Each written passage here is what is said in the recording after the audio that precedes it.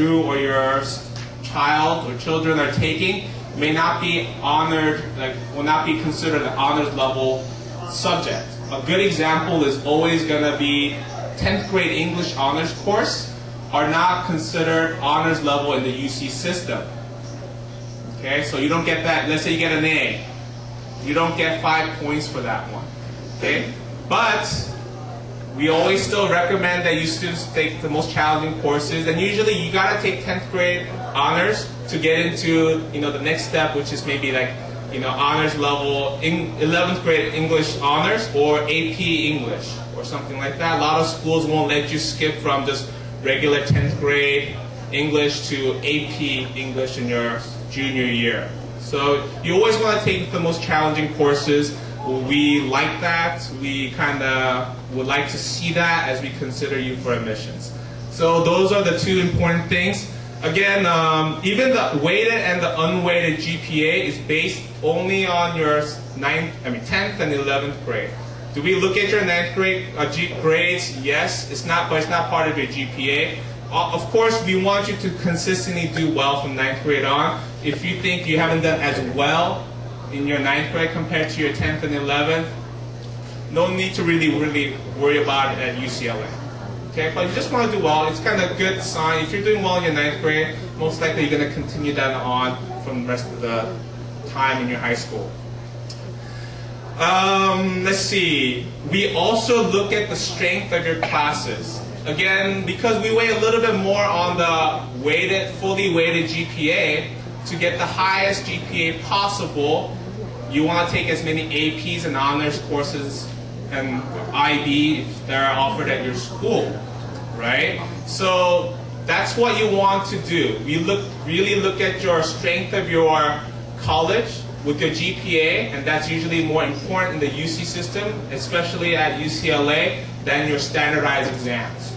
Okay, and I will talk about the SATs and all those things too, but generally speaking, it does help to do well in your honors level courses. And I get this question a lot, like, what's better, getting an A in your non-AP honors level course or a B in your AP or honors level course? And my reply is always, how about an A in your AP or honors level course? Because I'm going to talk about how to maximize and how to be as most competitive as possible. You don't have to have a 4.0 GPA to be admitted to UCLA. Of course, it only helps you, but you don't have to. And that's where you have to make the best decision possible, because we are looking at both. And you don't have to be the perfect academic student to be admitted, but you just want to be as competitive as possible. So if you're having a really hard time in one AP class, then you could maybe make it up by taking other harder, challenging courses in different subjects. So that's where you want to strategize, think about what you're good at, what you're most comfortable with, and do the best you can. A lot of students also think that, oh, I'm going to be a biology major, so I got to really do well in your biology, physics, chemistry, and math courses. Most universities, including UCLA, for most instances, does not consider your major if you're applying as a high school student when we make a admissions decision. So let's say a really popular major like biology, because a lot of students are pre-med when they're coming in, we're not going to say, okay, they have to do extra really well in those kind of science classes. We really don't care about that.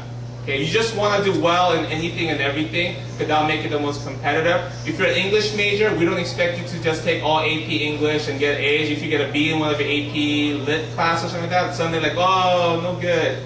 We're going to emphasize more on your overall educational experience in your high school level. Okay? Any questions about that so far? I do have a hand. Yes? If you're taking college classes, like classes at the local community college, does that factor into your GPA? So the question is, college level if you take classes at your community college, are they going to be part of your GPA? Again, if you take it sometime between your 10th grade and the end of your 11th grade, that will be considered a college level course as long as they're transferable, and then you will get that extra point in your GPA. So the answer is yes. Let's see, let's talk about, we do look at your strength of your senior year. So in the end, you don't want to slack off and start taking easier classes in your senior year. In reality, we want you to take the most challenging courses, especially your 11th and 12th grade. So those, a lot of times, the most competitive students are taking AP level courses, and majority of the AP and AP courses should be some in your 11th and 12th grade. Typically, a lot of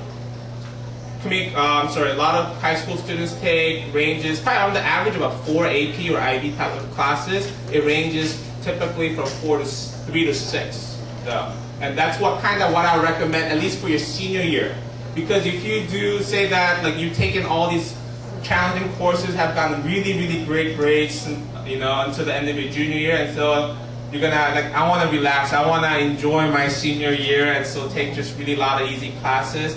It does look negatively on you as we consider you for admissions. Okay, so and that's not. I'm going to talk about UCLA is a really competitive, I think, university overall, even within the UC system.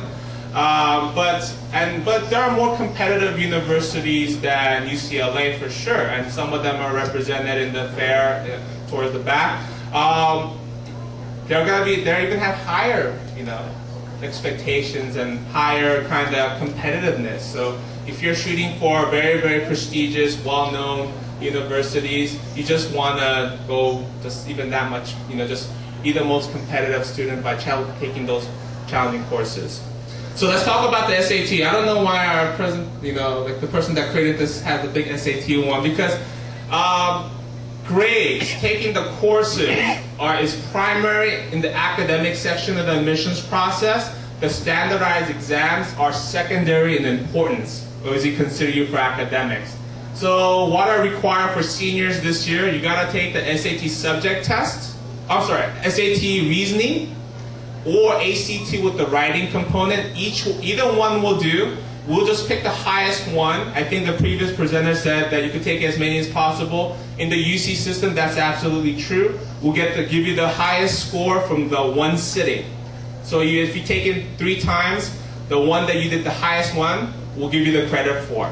Okay? And there's calculations for ACT and the SAT anyway. So if some students say, oh, I do just better in ACT, it just kind of fits me better. Do the one that you do better in. We don't have a preference. So do the one you think you do better in, and that'll be fine. And the computer punches out a number for us, and then we just say, okay, so that's how we're going to consider you for admissions. UC still require, if you are class of 2012, so seniors, to take 2 SAT subject tests in 2 different subjects. Okay? If you're a junior this year or younger, congratulations, you don't have to worry about that. Maybe some of the moms and parents could save a little money by not sending their kids to the academy for those special subjects anymore. But if you're a senior, still 2 subject tests. And if you're especially an engineering, like most engineering programs, they want you to take SAT subject math level 2. And UCLA, that's really critical. If you don't take math level 2 and you're applying as one of the engineering majors, it's pretty much almost impossible to get in, because that's really, really important to them. And if they don't see that number and what you score, then it's really, really hard. Outside engineering majors, take any subject you want, do the one that you do really well in. We'll just take the top 2 scores from 2 different subjects. Okay? So I see a lot of students that are bilingual, that take Chinese, Korean, Spanish, and they score really high, like 9, you can't get up 900, 800, 790, and stuff like that, right?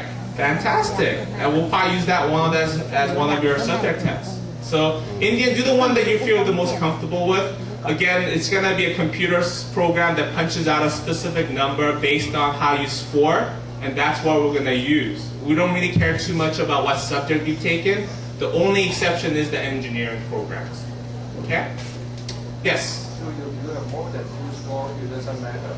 They pick the best. Right. You could take 5 different subjects, and we'll just pick the top 2 from 2 different subjects. Let's say your 2 highest, you took, I'm Korean, so I don't speak Chinese, I'm sorry. So I probably would have gotten 9, 8, I'm sorry, I keep on saying 900. All right.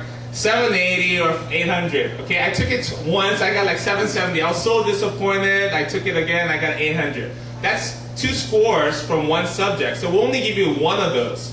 Okay? But let's say I'm really good with history. I was a history major, and I would have scored maybe 750 or something like that. Right? So that my 2 highest scores would be 800 for my Korean, 750 for my history. Okay? It can't be 770 and 800 because those are 2 highest from just only one subject.